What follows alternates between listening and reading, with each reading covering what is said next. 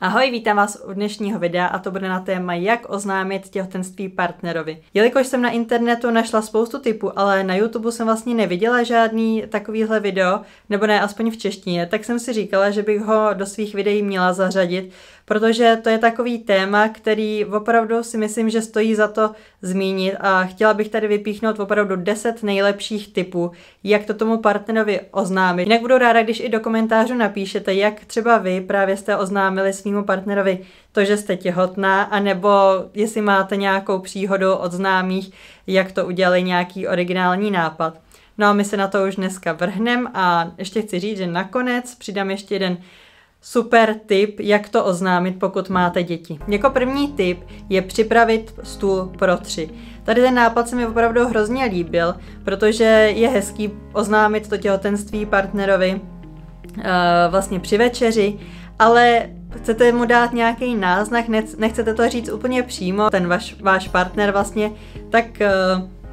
asi se nad tím pozastaví, chvilku mu to bude trvat a pak to třeba sám pochopí. A když to nepochopí a zeptá se vás, proč si připravila pro 3, tak můžete ukázat na bříško prostě a říct, no, protože takhle večeřet už budem prostě za 9 měsíců. Jinak u té večeře, pokud budete připravovat pro 3, tak si myslím, že je docela hezký koupit už třeba dopředu nějaký hezký dětský malý talířek, malý příbor pro dítě, a nebo, co jsem našla právě na internetu při tom hledání, tak je tady ta etiketa na víno, s tím, že můžete teda sloupnout z toho vína normální etiketu, nebo může to být i z nějaké limonády, nebo pokud váš partner má rád třeba pivo, tak to můžete vlastně sloupnout tu původní etiketu a nahradit to nad tady tou etiketou, na které je napsáno, že vlastně vy už nemůžete pít, dej si miláčku sám to víno, pivo, protože dalších 9 měsíců já prostě nemůžu si dát ani skleničku. A hrozně se mi tady ten nápad líbil, protože to vlastně taková další indicie, pokud třeba ten partner to nepochopí ještě, že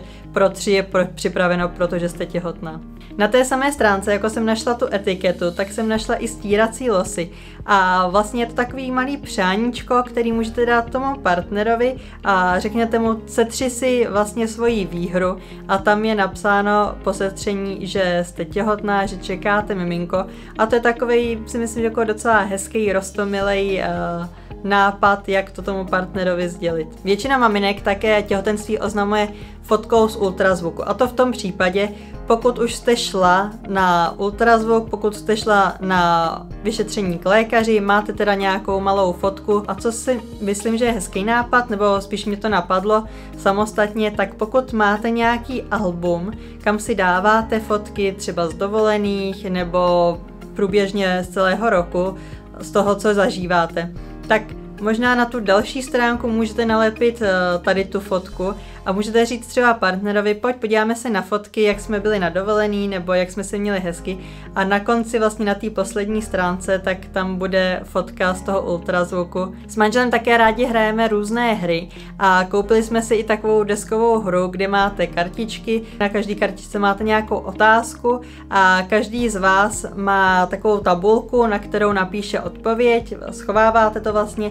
a až potom, když dopíšete tu odpověď, tak si navzájem ukážete tu tabulku. A co si myslím, že je hezký, právě buď tady tou hrou oznámit to těhotenství, anebo nemusíte mít ani tady tu deskovou hru, stačí říct partnerovi, pojď, zahrajeme si něco na to, aby jsme se třeba líp poznali, nebo na to, jak se známe dobře, a můžete říct, tak teďko vymysli otázku ty, teď ji vymyslím já, a ta vaše otázka může být třeba, co budeme dělat za 9 měsíců, anebo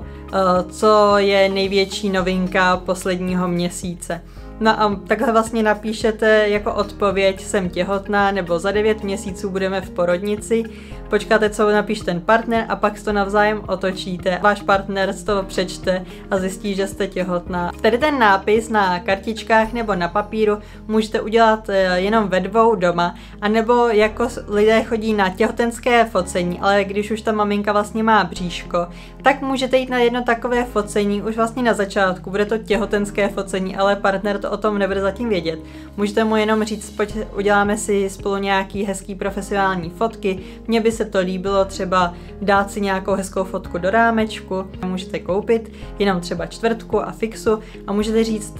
partnerovi, tak teď každý na ten papír vlastně napíšeme nějaké přání z lásky nebo něco, co na sobě milujeme, otočíte se k sobě zády, vy vlastně ukážete tu kartičku jsem těhotná nebo čekáme miminko, fotografka si vás vyfotí si i partnera a potom se otočíte k sobě společně a necháte si zase přečíst právě jeden navzájem tomu druhému ten vzkaz. A co je na tom krásný, to je vlastně, když jste u té fotografky, tak ona zaznamená ty první emoce, tu první reakci toho vašeho manžela nebo vašeho partnera. To samé vlastně můžete udělat i doma. Stačí si prostě jenom někam položit telefon, anebo pokud máte třeba foťák, nějakou kameru. Oznámit těhotenství můžete také nějakým dárkem. Můžou to být třeba malinkaté botičky, nebo to může být nějaký outfit, který budete mít společný, budete stejné tričko, které bude mít partner, vy i vaše dítě, nebo se dělá takové bodíčko, na kterém je napsáno třeba miluji tě tatínku, anebo tam můžete nechat napsat i cokoliv, můžete tam dát i fotku třeba z ultrazvuku, můžete zabalit nějak hezky těhotenský test, nebo ho můžete nějak dát do krabičky, můžete nechat třeba zarámovat ten ultrazvuk do rámečku a dát to jako dáreček, takže za mě dárek, který oznámí to těhotenství za vás, tak je taky super nápad. No a když už jsme u těch dárků, tak si tady tu speciální informaci, ten speciální dáreček můžete nechat na nějakou příležitost, která se blíží. Pokud jste třeba zjistila, že jste těhotná a je 20. prosinec, tak si myslím, že je docela hezký dát to jako dáreček třeba k Vánocům pod stromeček, nebo pokud váš partner bude mít narozeniny, bude mít svátek, tak to můžete takhle spojit, nebo právě na Den otců. Ale co si myslím, že je hezký, tak vlastně tu oslavu ke Dni otců můžete udělat kdykoliv, protože ten den, kdy to vlastně řeknete tomu partnerovi, tak tím dnem se on stává oficiálně tatínek, takže vlastně je to takovej svátek nebo takovej Den otců. A co se mi hrozně líbilo, tak je nápad, že vlastně ten váš partner přijde třeba domů nebo do restaurace nebo kamkoliv, můžete to udělat i třeba venku. A ta místnost nebo to místo bude vyzdobený prostě slavnostně, jako kdyby měl někdo narozeniny, třeba budou tam balónky a nějaký hezký dekorace a budete tam mít třeba i dort klidně. No a můžete to právě doplnit třeba balónkem, kterým většinou najdete jakoby nápis Daddy to be, budoucí tatínek, nebo vyloženě právě si můžete nechat i udělat balónek s vlastním nápisem, což je taky úplně super nápad, na kterém vlastně bude napsáno třeba už ten váš termín porodu, anebo jenom to jsem těhotná, budeš tatínek. Myslím si, že ta oslava, která se k tomu patří, k tady tomu oznámení, tak se bude partnerovi líbit a bude to opravdu něco nezapomenutelného a hlavně to bude něco originálního. No a pokud chcete, aby to oznámení bylo krásný, romantický, nezapomenutelný, tak to můžete udělat ve stylu žádosti o ruku. A to tak, že vezmete vlastně krabičku, která je na nějaký klenoty nebo na nějaký prstýnek, na hodinky, tam vystřihnete kousek papíru, můžete tam napsat nějakou hezkou třeba citaci nebo nějaký hezký verš o tom, jak partnera milujete a na tu spodní část tak tam dáte papírek s tím, že tam napíšete třeba zase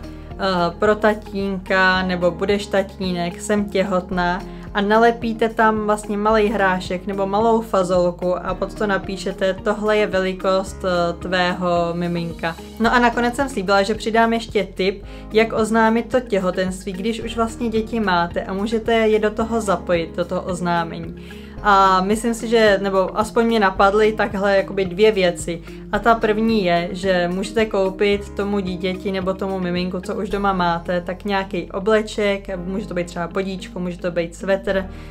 nějaká mikina, kde je nápis třeba velký bratr, velká sestra, nebo můžete koupit třeba 2 stejná trička, nějaké bodíčko, opravdu v té novorozenecké velikosti a tomu většímu dítěti nějakou větší velikost, která mu padne za těch 9 měsíců a může to takhle vlastně připravit, nebo může tady to dítě vlastně přinést tatínkovi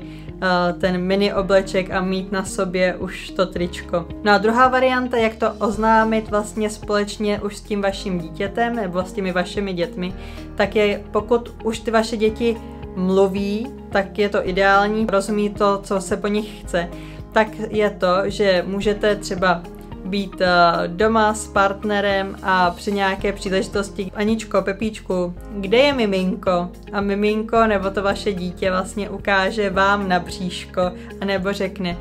tady je miminko a tím vlastně oznámíte partnerovi společně s tím vaším dítětem, že čekáte další miminko. No a úplně nakonec bych vám ještě chtěla říct, že pokud chcete mít na tady to oznámení, na tady tu krásnou událost, to, jak řeknete vlastně tomu partnerovi, že jste těhotná, nějaký vzpomínky a uchovat to vlastně na věky, tak jak už jsem řekla, můžete jít k té fotografce, ale můžete klidně to nahrát doma na ten telefon, takže připravte si místo nebo rozmyslete si, kde vlastně tomu partnerovi řeknete, že jste těhotná, kde se to vlastně celý bude odehrávat. A na to místo opravdu připravte buď tu kameru, nebo třeba jenom telefon. Nebojte z toho, nechte to tam klidně třeba 10-15 minut předtím, než tam manžel opravdu přijde, než mu to vlastně řeknete. Video se dá prostě vždycky ostříhat, aby tam bylo jenom to, co vlastně chcete, ale hlavně nezapomeňte zkontrolovat, jestli nahráváte, protože já když jsem partnerovi řekla, že jsem těhotná, tak jsem si myslela, že nahrávám video a nenahrávala jsem ho, takže jsem řekla, jestli to můžeme udělat znova, jako kdyby se nic nestalo a opět jsem je nahrávala. Takže opravdu nastavte si kameru, telefon na nějaké místo a ujistěte se, že opravdu nahráváte. To je ode mě pro dnešek všechno, doufám, že se vám video líbilo. Další videa na maminkovskou tématiku ohledně dětí a tak najdete na mém kanále. Pokud mě ještě neodebíráte, tak budu ráda, když mě začnete odebírat a zmáčknete dole zvoneček, který vás upozorní na moje každý další video a budu se na vás těšit, mějte se krásně a přeju vám, ať vám to oznámení vyjde, ať je to krásný, jedinečný, nezapomenutelný, ale hlavně, ať z toho máte oba dva radost.